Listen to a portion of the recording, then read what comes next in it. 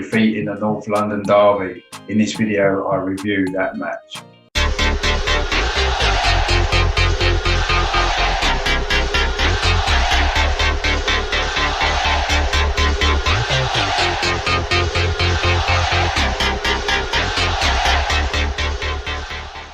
Hello, my name is Richard. Welcome back to my channel over and over again, the Positive Arsenal channel.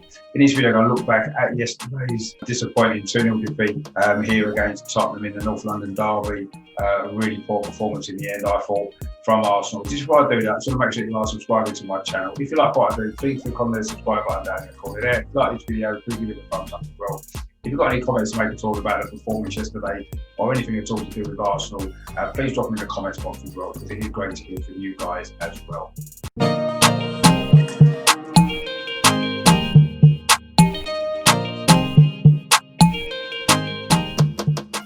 So the team lineup then, there wasn't really too many surprises in the side, was there? The big one, of course, was Thomas Partey starting after his injury. There's been doubts all week about whether or not he'd be fit to play. In fact, the main news coming out earlier on was that he wouldn't be fit. But he did start the game in midfield. So this is how we lined up. It was Berteno in goal.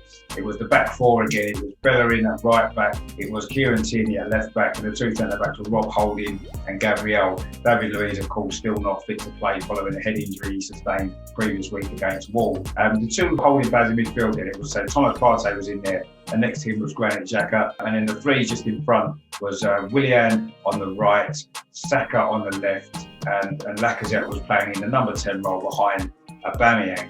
So it looked a decent enough team on paper, but then we've said this for the last few weeks and it hasn't worked on the pitch, and unfortunately that was pretty much the case again. And of course Thomas Partey, it was a gamble starting him and he only managed to last 45 minutes, and of course that did end up costing us a goal, as we'll come to very shortly. But in terms of the starting lineup, there was no place on the bench for Reiss Nelson despite another decent performance in the Europa League. Maitland-Niles was on the bench despite again playing really well in the Europa League. No sign of Smith-Rowe on the bench either, another player who's made a big impact in recent games in the Europa League, and no Balogun either. So there seemed to be some strange decisions by Arteta. Certainly in terms of the players on the bench, if nothing else, maybe he would have been better off throwing a couple of them even into the starting lineup.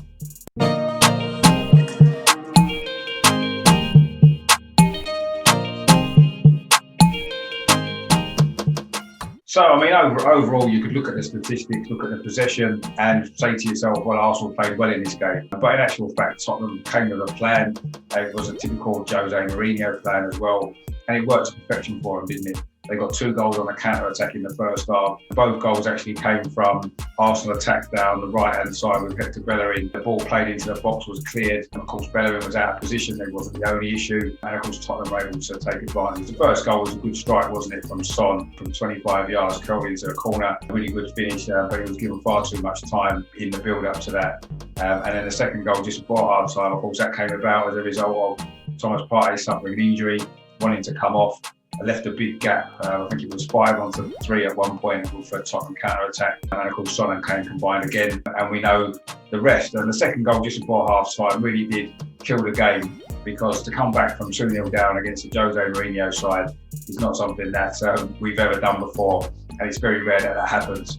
So the chances of us getting back in that game in the second half were quite poor. We did need a goal fairly early on to give us something to fight for, but Tottenham allowed us to have the ball in front of them. We didn't really create a lot of chances, did we? Yes, we put a lot of crosses into the box, over 40 crosses in this game. And the fact that we didn't even create hardly any opportunities on goal from any of those crosses is going to show that maybe isn't the best tactic. Especially as last week as well against Wolves, we had over 30 crosses and again only scored 1 goal in that game. So maybe the tactics are wrong. Arteta said after the game that the team did exactly as he wanted them to do. And if that's the case, then maybe he needs to relook at himself and look at the way that we're playing, because it's clearly not working. We're putting crosses into the box with 2 strikers in Lacazette and Aubameyang. We've only scored about 7 headed goals between them for the club. Oddly enough, it was 2 headers from Lacazette. That was probably our closest that we came to a goal. The first one was very early in the second half, a free kick. I think it was from Willian, and Lacazette got a flicked header on, but it was far too close to Lloris, who could save comfortably. And then with about 15 minutes to go, this needed to go in really. It was a cross from Bellerin from the right-hand side. Lacazette got a header from about 10 yards. Lloris had to push the ball around the post. It was a decent enough save, but you'd have expected him to make it really. But that was the only two shots on target that we had in the second half. In fact, in the whole game. So for all our possession, all our crosses, we only actually managed 2 shots on target in the second half of this game. And when you're 2-0 down away from home in North London derby, you need more. You just need more than that, and it just wasn't good enough performance. It's easy to blame the players, isn't it? It's easy to say, well, the players aren't good enough, and some of them aren't good enough. But yet, where is the Arsenal team at the end of last season that produced some good performances, particularly in the FA Cup and even in the Premier League as well? Where is that team gone? Because it's not here now, is it? And Aubameyang's disappeared completely. His head's down, and you could tell there was one opportunity he had in the second half later in the game when he was put through by Lacazette. He was one-on-one with Alderweireld. A confident Aubameyang goes round him and gets a shot in. Very similar position it was, wasn't it, to the goal he scored in the FA Cup final against Chelsea. And he just shot far too early, and it was an easy block for the Tottenham defender. And that kind of sums up where Aubameyang is at the moment. He's just not, he doesn't look as though he's happy, he doesn't look as though he's interested. And unfortunately, that looks to be the case with several other players at the moment. I know there's a lot of people about it who might think Arsenal played quite well, but we played into Tottenham's hands. Tottenham didn't have to get out of second gear to win this game. They won 2-0 and they didn't break sweat. And that's because we made it too easy for them. We made it easy for them to defend everything that we threw at them. There's no creativity. There was nothing, that nobody was willing to take a risk, do something a bit out of the ordinary. And in the end, it was a comfortable victory for Tottenham.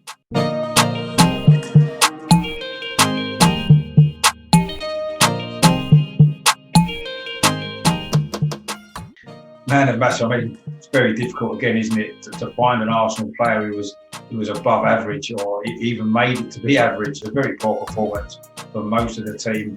Gabriel at the back had a decent enough game, I suppose. Again, he was okay. Midfield, Thomas Partey looked good in the first half, didn't he, until he got injured. At least he was running with the ball, driving into the Tottenham half. And in the second half, we didn't really have that at all, did we, when he went off? Very similar to the game against Aston Villa recently.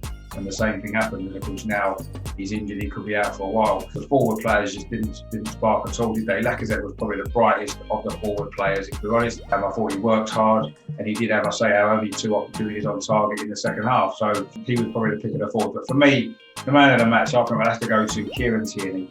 I thought he had a great game down the left-hand side. He put in some dangerous crosses that nobody managed to get on the end of. I thought defensively he was pretty sound and solid. And overall, I think he was probably our brightest player on the day. So for me, I'm going to give man of the match in this particular game to Kieran Tierney.